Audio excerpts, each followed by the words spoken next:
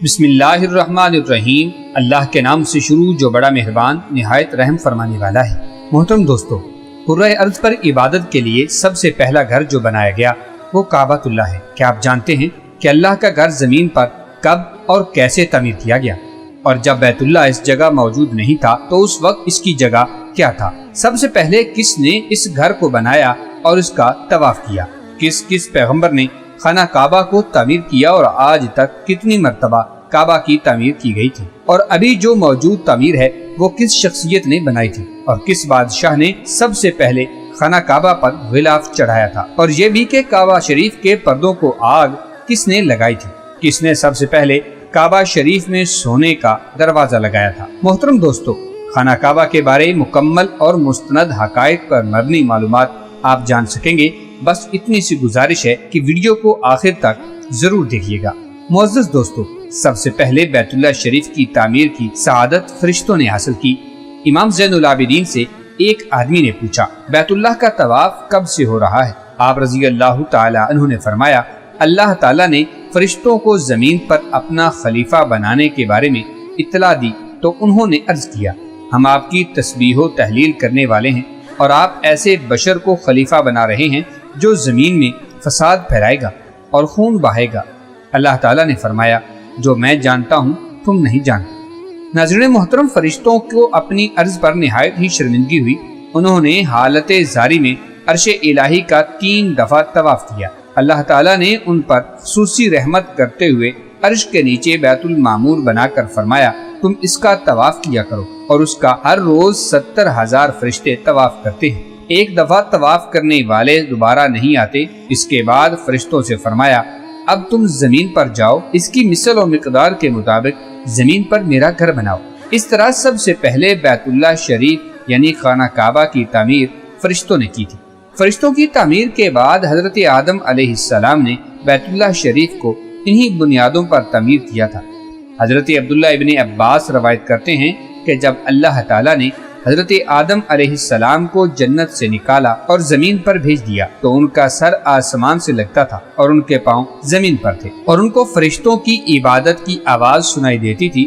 حضرت آدم علیہ السلام خوف خدا کی وجہ سے کشتی کی طرح لرزتے اور کانپتے تھے۔ اللہ تعالیٰ نے ان کا قد کم کر کے 60 ہاتھ کر دیا۔ حضرت آدم علیہ السلام نے بارگاہ خداوندی میں فریاد کی، یا اللہ، مجھے فرشتوں کی آواز سنائی کیوں نہیں دیتی؟ تو اللہ تعالیٰ نے جواب دیا، اے آدم، تم اپنے فعل کی بدولت ان کی آواز سننے سے محروم ہوئے ہو۔ پھر حکم دیا کہ زمین پر میرا ایک گھر تیار کرو اور اس کے گرد طواف کرو اور مجھے یاد کرو، جس طرح فرشتوں کو میرے عرش کے ارد گرد طواف کرتے ہوئے آپ نے دیکھا تھا۔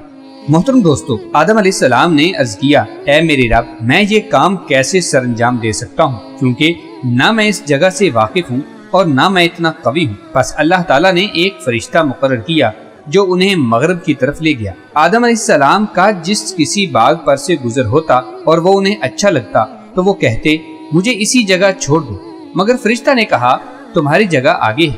یہاں تک کہ وہ مکہ مکرمہ پہنچ گئے۔ راستے میں جس مقام پر آدم علیہ السلام ٹھہرے ان جگہوں پر آبادیاں بنتی چلی گئیں، اور جس مقام کو چھوڑ دیا وہ سب جنگل و بیابان ہو گئے۔ پس آدم علیہ السلام نے بیت اللہ کی تعمیر 5 مقامات کے پتھروں سے کی تھی: طور سینا، طور زیتون، کوہ لبنان، کوہ جودی، اور بنیاد میں جبل ہرا کا پتھر استعمال کیا۔ اس کی تعمیر سے فارغ ہوئے تو وہ فرشتہ انہیں میدان عرفات کی طرف لے گیا اور آدم علیہ السلام کو تمام مقامات حج دکھائے، جہاں آج بھی لوگ مناسک حج ادا کر رہے ہیں اور قیامت تک کرتے چلے جائیں گے۔ اس کے بعد انہیں واپس مکہ لایا گیا۔ پھر انہوں نے 1 ہفتہ تک بیت اللہ کا طواف کیا اور سرزمین ہند کی طرف لوٹ آئے اور بوز نامی پہاڑی پر آپ کی وفات ہوئی۔ ناظرین محترم، وقت گزرتا گیا اور اللہ تعالیٰ نے حضرت نوح علیہ السلام کا ظہور فرمایا، مگر قوم نوح نے پیغمبر خدا کی بات کی طرف توجہ نہ کی اور پھر اللہ تعالیٰ نے ایک طوفان میں غرق کر دیا۔ حضرت نوح علیہ السلام کے زمانہ میں طوفان کی آمد سے کعبہ شریف ایک دفعہ منہدم ہو کر پوشیدہ ہو گیا تھا، مگر حجر اسود کو حضرت جبرائیل علیہ السلام نے جبل ابو قیس جو کہ کعبہ شریف کے قریب تھا اس میں حفاظت کے ساتھ رکھ دیا۔ طوفان کے ختم ہونے کے بعد عین خانہ کعبہ کے مقام پر سرخ رنگ کا ٹیلا نمودار ہو گیا تھا، جس کے اوپر سیلاب کا پانی نہیں چڑھا تھا اور حضرت نوح علیہ السلام کی کشتی اللہ تعالیٰ کے حکم سے اس کے گرد طواف کرنے لگی، جس کی بدولت لوگوں کو علم ہو گیا کہ یہ بیت اللہ کی جگہ ہے، لیکن اس کی بنیادیں غائب ہو چکی تھیں اور جو بھی آدمی وہاں کر دعا کرتا اس کی دعا قبول ہوتی تھی۔ اس وجہ سے لوگوں کا یقین کامل ہو گیا تھا کہ یہی وہ جگہ ہے جہاں اللہ تعالیٰ کا مقدس گھر موجود تھا، اور یہ حضرت ابراہیم علیہ السلام کے زمانے تک یوں ہی رہا۔ ناظرین محترم، تیسری مرتبہ تعمیر کعبہ حضرت ابراہیم اور حضرت اسماعیل علیہ السلام نے کی، وہ اس طرح کہ جب حضرت ابراہیم علیہ السلام کی عمر 90 برس ہوئی تو اللہ تعالیٰ نے انہیں ایک فرزند ارجمند سے نوازا جس کا نام اسماعیل علیہ السلام رکھا گیا۔ یہ وہی فرزند ہیں جنہوں نے بڑے ہو کر اپنے والد حضرت ابراہیم علیہ السلام کے ساتھ مل کر بیت اللہ شریف کی تعمیر کی تھی۔ حضرت ابراہیم علیہ السلام اس کی تعمیر سے پہلے حضرت اسماعیل علیہ السلام اور حضرت ہاجرہ کو حکم الہی کے مطابق بیت اللہ شریف چھوڑائے تھے، جو کہ اس وقت ایک ٹیلا کی شکل میں نظر آتا تھا۔ جب حضرت ابراہیم علیہ السلام کو بیت اللہ شریف کی تعمیر کا حکم ملا تو آپ مکہ مکرمہ اپنے بیٹے حضرت اسماعیل کے پاس پہنچے اور انہیں بتایا کہ اللہ تعالیٰ نے حکم دیا ہے کہ اس کا گھر تیار کرو۔ انہوں نے جواب دیا کہ آپ کو جو حکم ملا ہے اس کی تعمیل کیجیے، جس کا ذکر اللہ تعالیٰ نے قرآن مجید میں ارشاد فرمایا ہے، وَعَهِدْنَا إِلَىٰ إِبْرَاهِيمَ وَإِسْمَاعِيلَ أَن طَهِّرَا بَيْتِيَ لِلطَّائِفِينَ وَالْعَاكِفِينَ وَالرُّكَّعِ السُّجُودِ، اور ہم نے ابراہیم اور اسماعیل کو تاکید فرمائی کہ دونوں مل کر میرے گھر کو طواف، رکوع اور سجدہ کرنے والوں کے لیے پاک اور صاف رکھو۔ دونوں باپ بیٹا اس مقام پر چلے گئے جہاں حضرت ہاجرہ سلام اللہ علیہ نے حضرت جبرائیل علیہ السلام کے بتلانے پر جھونپڑی بنائی ہوئی تھی۔ دونوں کو بیت اللہ کی بنیادوں کی خبر نہ تھی، پھر اللہ تعالیٰ نے ایک ایسی ہوا بھیجی جسے ریح النجوج کہتے ہیں، اس نے بیت اللہ کی جگہ جھاڑو دیا جس سے بیت اللہ کی بنیادیں نظر آنے لگی اور دونوں باپ بیٹا بنیادیں کھودنے میں مصروف ہو گئے، اور پھر انہوں نے پہلی بنیاد پر ہی کعبہ کی بنیاد رکھی، جیسا کہ اللہ تبارک و تعالیٰ نے قرآن مجید میں ارشاد فرمایا ہے کہ وَإِذْ يَرْفَعُ إِبْرَاهِيمُ الْقَوَاعِدَ مِنَ الْبَيْتِ وَإِسْمَاعِيلُ، اور اس وقت کو یاد کرو جب ابراہیم اور اسماعیل خانہ کعبہ کی بنیادیں اٹھا رہے تھے۔ حضرت ابراہیم علیہ السلام اور حضرت اسماعیل علیہ السلام نے مل کر بیت اللہ کی دیواروں کو بلند کیا۔ حضرت ابراہیم تعمیر کا کام کرتے اور حضرت اسماعیل علیہ السلام پتھر لا کر انہیں دیتے تھے، اور دونوں کی زبان پر یہ دعا تھی، ربنا تقبل منا انک انت السمیع العلیم، اے ہمارے پروردگار یہ کام ہماری طرف سے قبول فرما، یقیناً تو خوب سننے والا اور جاننے والا ہے۔ ناظرین محترم، جب دیواریں بلند ہونے کی وجہ سے حضرت ابراہیم علیہ السلام زمین پر کھڑے ہو کر تعمیر کرنے سے قاصر ہو گئے تو ایک پتھر نیچے رکھ کر تعمیر کرنے لگے۔ اللہ تعالیٰ کو حضرت ابراہیم علیہ السلام کا کام انتہائی پسند آیا کہ اللہ تعالیٰ کے حکم سے جتنا ابراہیم علیہ السلام نے اونچا ہونا ہوتا یہ پتھر اتنا ہی اونچا ہو جاتا تھا، اور جب نیچے اترنے کی ضرورت محسوس ہوتی تو یہ پتھر اللہ کے حکم سے نیچے ہو جاتا تھا۔ اللہ تعالیٰ کو اپنے اس بندے کا کام اتنا پسند آیا کہ اللہ نے ان کے پاؤں کے نشانات پتھر پر قائم کر دیے تاکہ یہ بعد میں آنے والے اہل ایمان اور دوسروں کے لیے یادگار بنے رہیں۔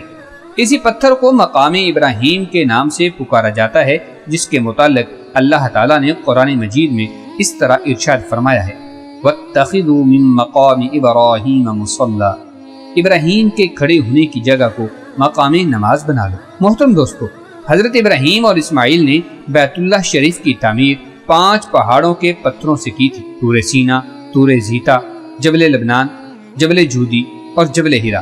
یہ وہی 5 پہاڑ ہیں جن پہاڑوں کے پتھروں سے جناب آدم علیہ السلام نے پتھر لے کر کعبۃ اللہ کی تعمیر کی تھی۔ تعمیر کے دوران جب حضرت ابراہیم علیہ السلام حجر اسود کے مقام پر پہنچے تو آپ علیہ السلام نے حضرت اسماعیل علیہ السلام سے فرمایا کہ جاؤ ایک پتھر تلاش کر کے لاؤ جسے یہاں لگانا ہے تاکہ لوگوں کے لیے طواف شروع کرنے کا نشان بن جائے۔ لیکن آپ علیہ السلام تلاش کرنے کے باوجود ایسا پتھر تلاش نہ کر سکے۔ جب واپس آئے تو دیکھا کہ حضرت ابراہیم علیہ السلام کے پاس ایسا پتھر ہے جس کی روشنی چاروں طرف پھیلی ہوئی تھی۔ پوچھا، ابا جان یہ پتھر کہاں سے آیا؟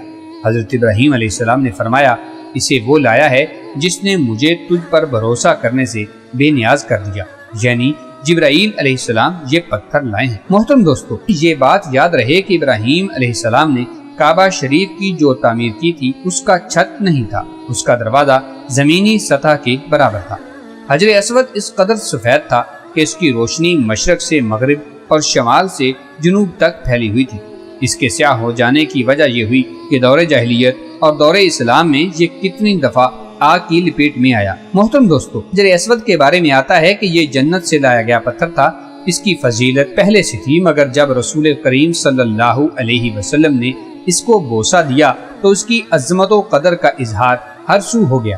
بلکہ ایک دفعہ جناب امیر المومنین حضرت عمر فاروق رضی اللہ تعالی عنہ طواف کر رہے تھے کہ حجر اسود کو بوسہ دیا اور فرمایا کہ اے حجر اسود، عمر نے تجھے اس لیے نہیں چوما کہ تو جنت سے لایا گیا ہے، عمر نے تجھے اس لیے بوسہ دیا ہے کہ تجھے میرے رسول صلی اللہ علیہ وسلم نے بوسہ دیا۔ تو محترم دوستو، چوتھی مرتبہ تعمیر کعبہ قریش مکہ نے اس لیے کی تھی کہ ایک عورت نے کعبہ کو دھونی دینی چاہی تو ایک شرارہ غلاف کعبہ پر گر گیا، جس کی وجہ سے ہر طرف آگ لگ گئی تھی اور ہر سمت سے دیواریں پھٹ کر کمزور ہو گئی، اور کچھ ہی عرصہ کے بعد مکہ مکرمہ میں سیلاب امڈ آیا، جس سے حفاظت کے لیے اہل مکہ نے حفاظتی بند بھی بنایا ہوا تھا، مگر سیلاب اس قدر زور کا تھا کہ بند بھی ٹوٹ گیا اور سیلاب کا پانی حرم کعبہ میں داخل ہو گیا تھا، جس کی وجہ سے کعبہ کی دیواروں میں شگاف پڑ گئے اور دیواریں منہدم ہونے لگی۔ اب کعبہ کی تعمیر نئے سرے سے کرنے کا ارادہ کیا گیا، مگر ایک مسئلہ درپیش تھا کہ کعبہ شریف کے اندر ایک کنواں تھا جس میں لوگ کعبہ کے لیے لائے گئے نذرانے ڈال دیتے تھے۔ اس کنویں کو کعبہ کا خزانہ کہا جاتا تھا۔ ایک مرتبہ ایک چور نے اس خزانے کو چرانے کی کوشش کی، مگر وہ اسی کنویں میں ہی مر گیا۔ اس کے بعد اللہ تعالیٰ نے اس خزانے کی حفاظت کے لیے ایک سانپ جو کہ ایک اژدہا کی مانند تھا اس کو تعینات کر دیا، جو کہ ہر وقت کنویں کے منڈیر پر بیٹھا رہتا تھا۔ لوگ اس کے ڈر سے قریب نہ جاتے تھے، مگر اللہ تعالیٰ نے ایک پرندہ کو بھیجا اور وہ پرندہ اس سانپ کو اٹھا کر لے گیا تھا۔ اب قریش مکہ خوش ہو گئے کہ ہمارے اس اقدام پر اللہ کی رضا بھی شامل ہے۔ فیصلہ کیا گیا کہ اب کعبہ کی دیواروں کو اونچا کیا جائے اور دروازے کو بھی اونچا لگایا جائے تاکہ ہر کوئی اس میں داخل نہ ہو سکے۔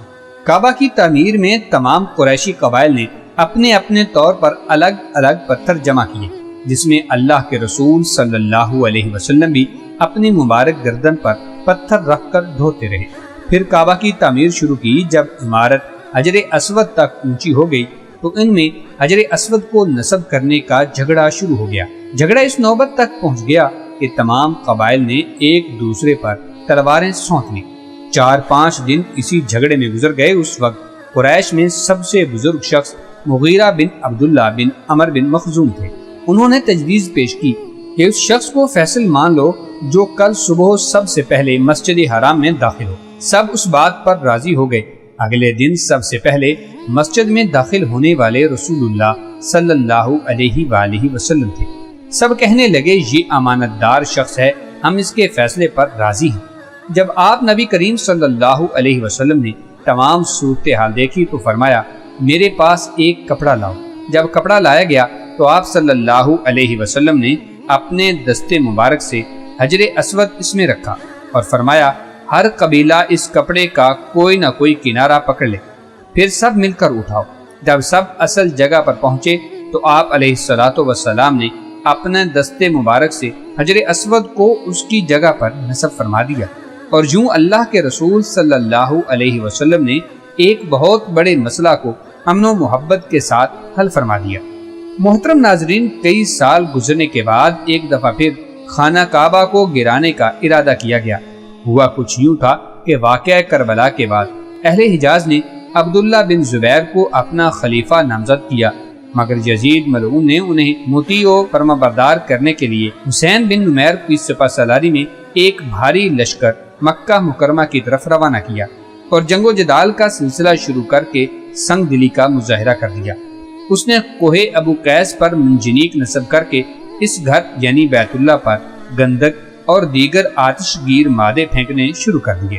چنانچہ آتش بازی کی وجہ سے بیت اللہ شریف کا غلاف اور رکن یمانی نظر آتش ہو گیا تھا۔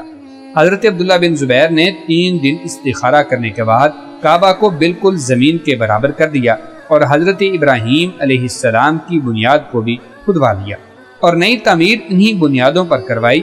آپ نے کعبہ کی تعمیر چونے سے کروائی جو یمن سے منگوایا گیا تھا۔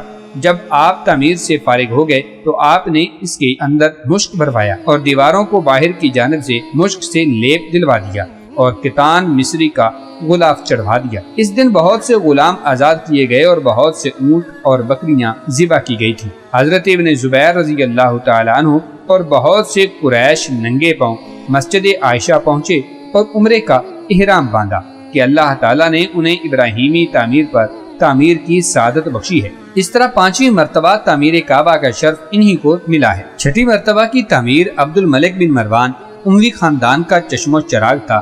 نشہ اقتدار کی وجہ سے اس کی طبیعت میں ہوس ملک گیری اس قدر پیدا ہو گئی تھی کہ اسے اپنے ملک پر صبر نہ آیا۔ حضرت عبداللہ بن زبیر کی خلافت کو للچائی ہوئی نگاہوں سے دیکھنے لگا اور سن 72 ہجری میں حجاج بن یوسف ثقفی کو حضرت عبداللہ بن زبیر کو مطیع کرنے کے لیے روانہ کر دیا۔ حجاج نے مکہ پہنچ کر محاصرہ کر لیا اور بیت اللہ شریف پر گولہ باری شروع کر دی اور بیت اللہ شریف کی دیواریں خستہ حال کر دی۔ حضرت عبداللہ بن عمر رضی اللہ تعالی عنہ بھی اس سال خانہ کعبہ کی زیارت اور حج بیت اللہ کے ارادے سے مکہ معظمہ تشریف لائے تھے۔ مکہ کی صورتحال دیکھ کر انہوں نے حجاج کو پیغام بھیجا، بندہ خدا تو دور دراز سے آنے والے لوگوں کا خیال کر، انہیں طواف بیت اللہ شریف اور صفا و مروہ کی سعی کا موقع دی۔ حجاج ان کی بات سے بہت متاثر ہوا اور گولہ باری بند کر دی۔ حج کی ادائیگی کے بعد حجاج نے تعمیر کعبہ کی گھر سے مکہ مکرمہ کو خالی کروا دیا اور تعمیر کا کام شروع کروایا۔ خانہ کعبہ کی ہر چیز ابن زبیر کی بنوائی ہوئی ہے۔ جب ولید بن عبد الملک کا دور آیا تو اس نے مکہ مکرمہ کے گورنر خالد بن عبداللہ قسری کو 36,000 دینار بھیجے۔